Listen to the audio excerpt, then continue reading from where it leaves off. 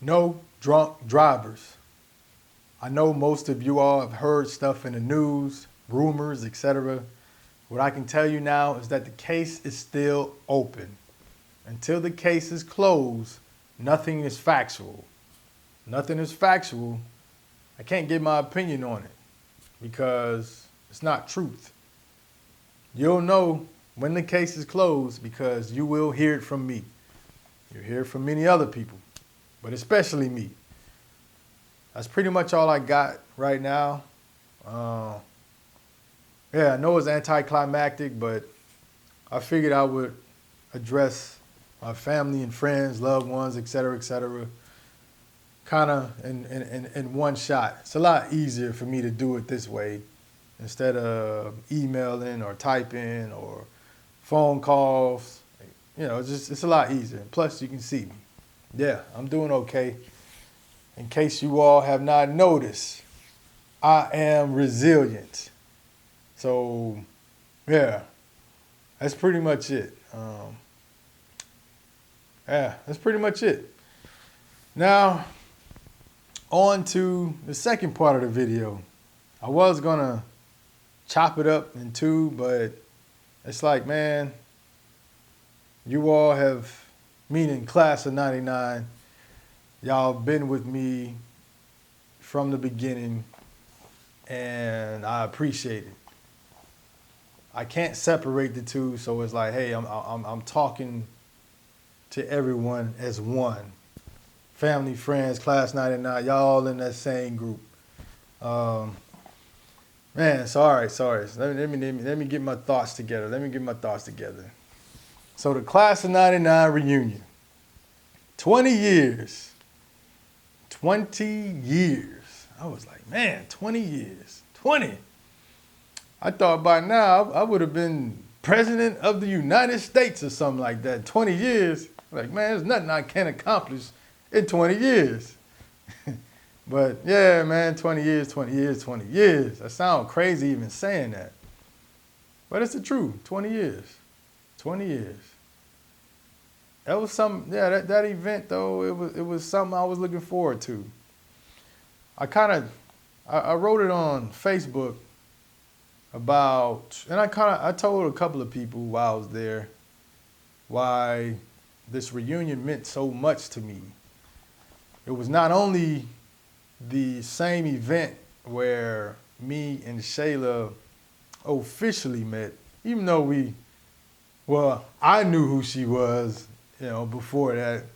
According to her, she didn't know who I was, so I don't know if she was just fronting or whatever, like she wasn't checking your boy out.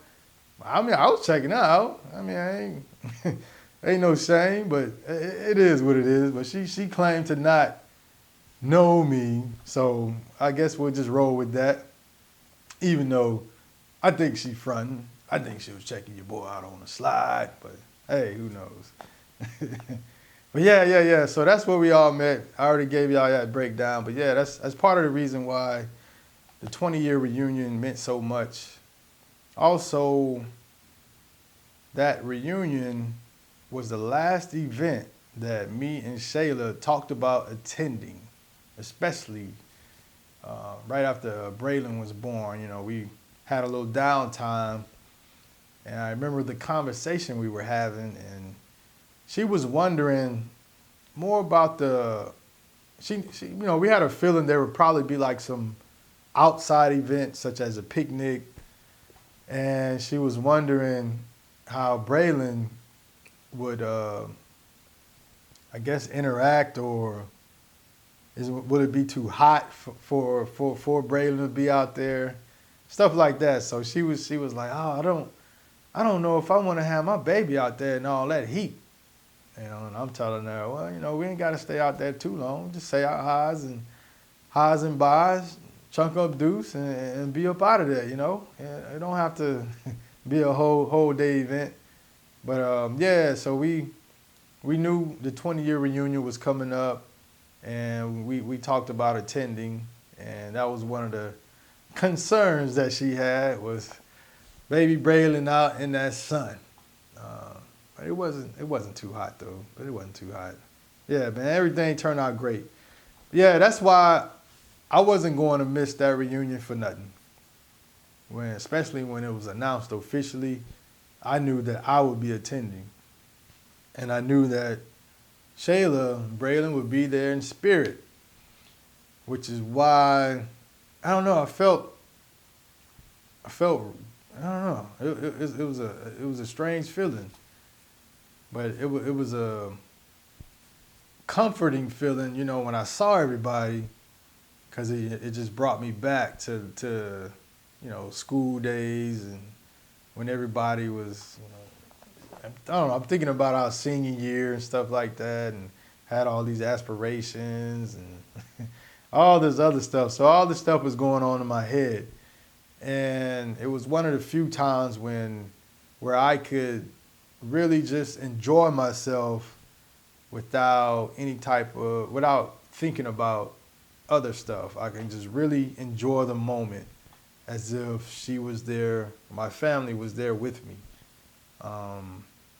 So I didn't have any sad moments or reflective, thoughts like that. I didn't have those.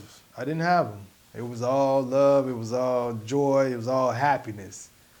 In case y'all didn't see it, that's probably why I was smiling most of the time, because, I don't know, I just felt like they were there with me. And I did one of the things that I know it kind of surprised some people, but I'll give you a little, I guess you could say, backstory on why I act the way I did, as far as, being more social and all these other things. Every time that I would go out, me and Shayla would go out somewhere, especially like maybe we go to, I don't know, any type of event, I would always try to do something to, I guess, embarrass her. I wanted to make her smile. So I'm always trying to perform, et cetera, et cetera. And I remember one time I was telling her how in Korea, South Korea, when I was in the military, these guys had these dancing groups. And of course, in Galveston, some people dance, but it really wasn't as big. You got to remember, in the military, you have all these different people from all over the states, from the East Coast, from the West Coast, from up north, Midwest, and of course the South. So you got everybody lumped in all in this one group, and they were big on dancing. So we would be off in just wherever, and these guys be huddled up, be dancing, boom, boom, boom, breaking it down. And I remember this guy, man, he was doing all this stuff with his legs. I was like, man, that's that sea walk, man. That looked dope, man. I want to learn how to do that. And so it was just one of those things. And I remember I was telling her the story about, I used to battle up there. She was like, yeah. She just looked at me. I think some of the time she thought I was lying. So I would always have to just show and prove. The one time I did do that dance in front of her, she wasn't impressed at all. She was not impressed. She just looked at me and was like, oh, okay. Sit down now. You're making a fool of yourself. Now, she didn't say that, but it was just her facial expressions. That's what I got. I'm like, man, I'm out here hip hopping and skipping around, and that's all you got? That's all you got for your boy? But anyways, so that moment when I did that, that's what I was thinking. Like, oh yeah, this would be a perfect time to, entertain for her, to embarrass her, try to make her embarrassed or whatever. So yeah, there's always stuff going on in my head like that. That's why I did that. Also, I knew that, on to something else. Also, I knew going into the class reunion, people would not know how to, I guess, approach me, because some people haven't even seen me since school. And of course, they knew all about the news, the tragedy, and they probably have not gotten their chance to, say their condolences or any messages that they wanted me to hear or how they felt. So I just made it a lot easier. That was my goal, was to make it easier for everybody else. Because I knew it was on their heads. Like, how do you approach someone when you know what they've endured? Like, what do you say? What do you do? So I made it a lot easier. Well, that was my goal, to make it easier for people to open up. Because everybody deals with adversity. But yeah, so I just made it try to make it easier for others to open up. That's why I was, being sociable. Not saying I'm not sociable outside of here, but it was like, hey, man, if I seen your face or it looked like you 99, it was daps and hugs. I didn't care who you were. So it was daps and hugs all night. And I loved it because I knew what it meant. I knew what it meant. And I felt that transaction, it was symbolic of you offering your condolences. So that was felt. I felt that energy. I felt that vibe. And some people, they actually came up to me and said a few words. So that's cool too. That's cool too. So I'm not here to hinder or restrict anybody from feeling a certain way, because I'm going to need that type of emotion moving forward.